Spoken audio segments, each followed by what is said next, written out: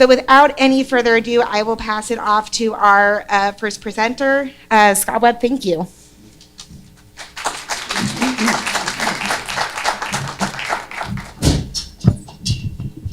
Yeah, how you doing? This should be okay. Thank you for welcome to the Clear Lake Integrated Science Symposium of 2024. My name is Scott Webb. I work with the Water Resources Department as a water resource tech and technician, and I've worked for the Water Resources Department for about 8.5 years, and for most of that time I have been doing lakebed permitting. From probably 2016 to 2020, I worked a lot in the levees in Upper Lake, doing project management, etc. And so in that role, I was on the compliance end of the stick. And then prior to this job, I worked for about 15 years as a GIS analyst. And part of that was working for a local timber company where I developed tools and data sets for the foresters and the forest science managers, and also I was involved with the preliminary draft of their habitat conservation plan, developing maps and things like that for that. And so I've had a little bit of experience dancing around the edges of regulatory compliance until I had this job, and then this has been a very interesting transition for me. So my talk is about, sorry. My talk is about lakebed permitting, so it'll help to provide some background as to what is the lakebed. Okay. You don't see me dancing around a little bit? You can even hold it, which seems to help. How's that? So public trust lands are sovereign lands such as tide and submerged lands, and then the beds of navigable waterways. These lands are protected for the benefit use. Okay. For the benefit use of, I'll start again. These lands are protected for the benefit use and enjoyment of the public. In 1973, the state of California conveyed in trust the submerged lands of Clear Lake to the county of Lake. Essentially what Chapter 639 does is grant to the county the submerged lands of Clear Lake with the right to manage those lands and with the obligations to the state, to the people of the state of California. So management of the shore zone area is somewhat complicated because of the various types of ownerships. On the map, you can see a blue line and a burnt orange lines. And these lines represent the ordinary low water mark, also known as 0 Rumsey, and the ordinary high water mark, also known as 7.79 feet Rumsey. It's also referred to just as 779 Rumsey. And the terms tend to be used interchangeably. And so a littoral parcel consists of public trust lands, private ownership with a public trust easement, and private ownership.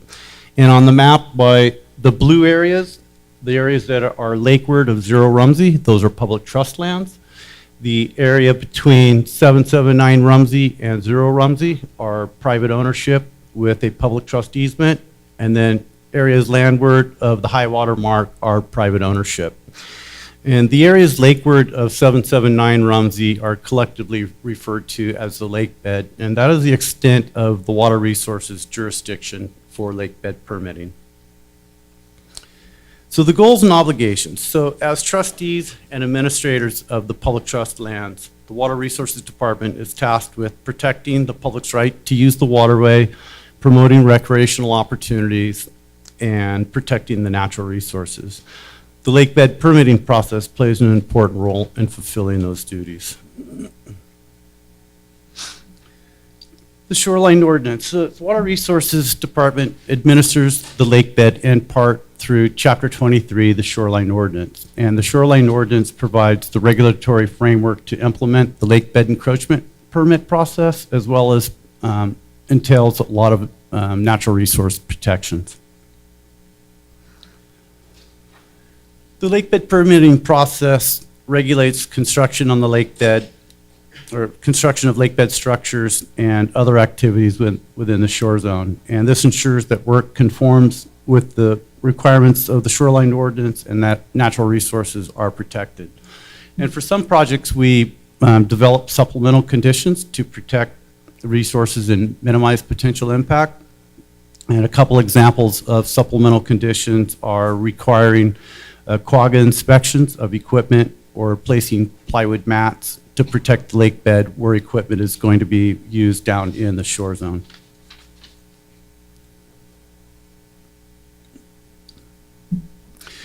So what is the permit process? First, we receive an application, and one of the first things that I'll do is I'll create a map. I worked as a GIS analyst for 15 years, and so that's what I do. And so I'll create a map with a mock-up of the proposed structure, and this helps ensure that to assess the conformance with the general requirements of the shoreline ordinance, length, width, lakeward extent of the structure, and then also property line offsets. And so once we've worked through that part of it, why then we'll do a site visit to assess the project and any potential impacts. And this helps to document site conditions, and if there are any concerns, why we work with the applicant to address the potential issues. And for one example, a pretty simple one, is that if there are old pilings that are no longer being used, why in that instance, we would generally request that the pilings are removed. Another thing that we do during the site visit is that we'll map areas of tules, trees, natural features, and then we'll do depth measurements that we use to create a vertical profile.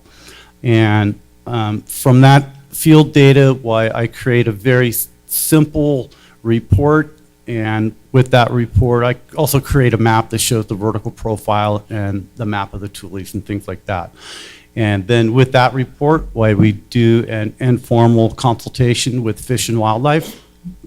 And that is generally in regard to the Clear Lake hitch and the habitat and then the timing of the work.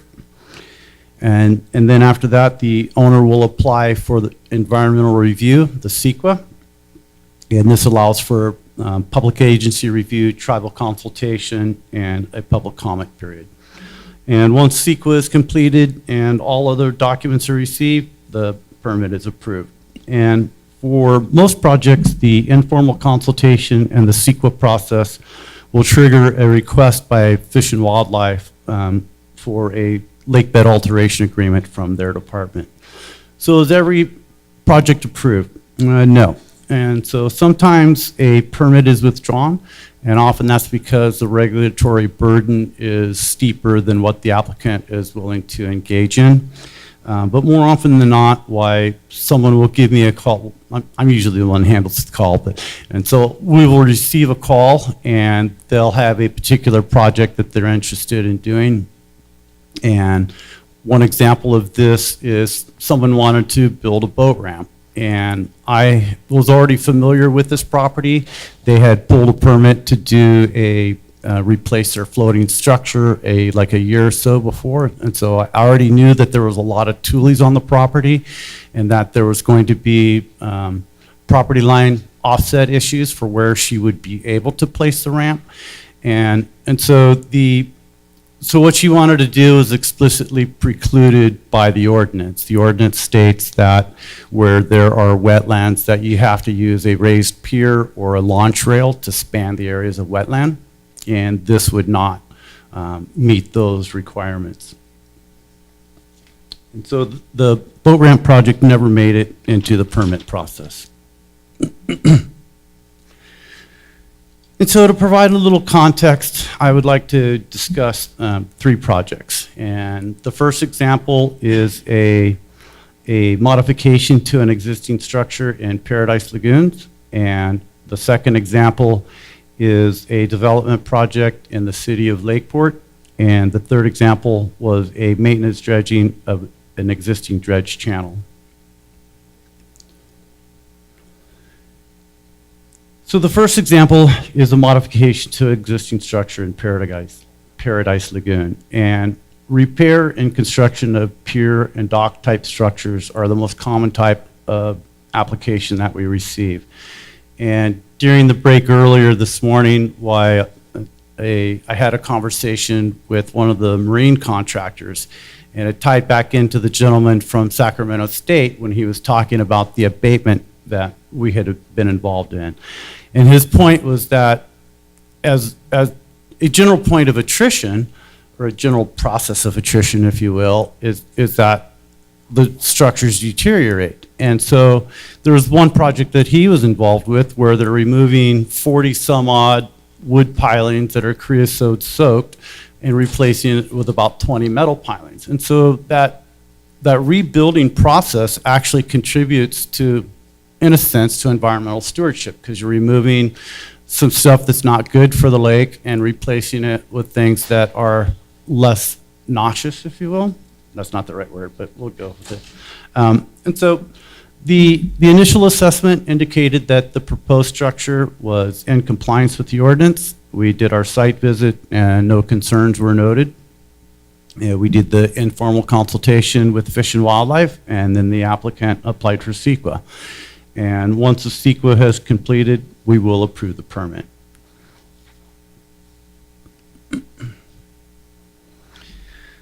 The second example is for a development project in the city of Lakeport, and the site has dense tules and is fairly shallow. The initial assessment of the proposed structure indicated that it was not in compliance with sections of the ordinance intended to protect the wetlands. And so our department requested a revision to the proposed structure and work with the applicant to address the issue. Sorry. After the revisions to the proposed structure, we did our site visit and the informal consultation. And for this project, the city of Lakeport is processing the CEQA, and this is still in progress.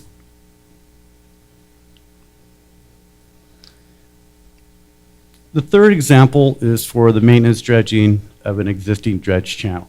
And this project was done during the low water conditions of 2021, 2022, and the work was able to proceed when there was no water present in the channel. And I want to note that the Water Resources Department does not have jurisdiction per se of the dredge channel. We do have the authority to protect the lake. And to that end, why supplemental conditions were developed, and they included a quagga inspection of all equipment and objects used for the project, turbidity curtains and water quality testing if necessary, and then stipulations regarding equipment fueling, storage, and hazardous waste protections.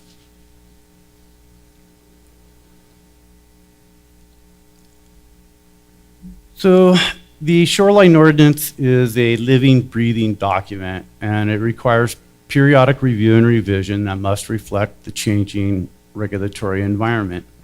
And having to adapt our processes to the Clear Lake Hitch was definitely part of the evolving regulatory framework. And that's part of the informal consultation. I pointed at Dylan because he's with Fish and Wildlife and we work with him. And so the process that we do for the field work and whatnot to develop the information that goes into the informal review was definitely a result of the evolving regulatory framework. And implementation of the shoreline ordinance must be adaptive to specific projects. For example, when I started working for the department in 2015, well, it was a general consensus that our department did not have jurisdiction over dredge channels.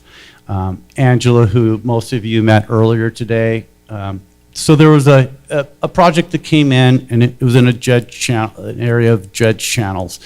And my initial response was that this is not within our jurisdiction, and it was a small enough area as far as the amount that it didn't trigger a grading permit from the planning department.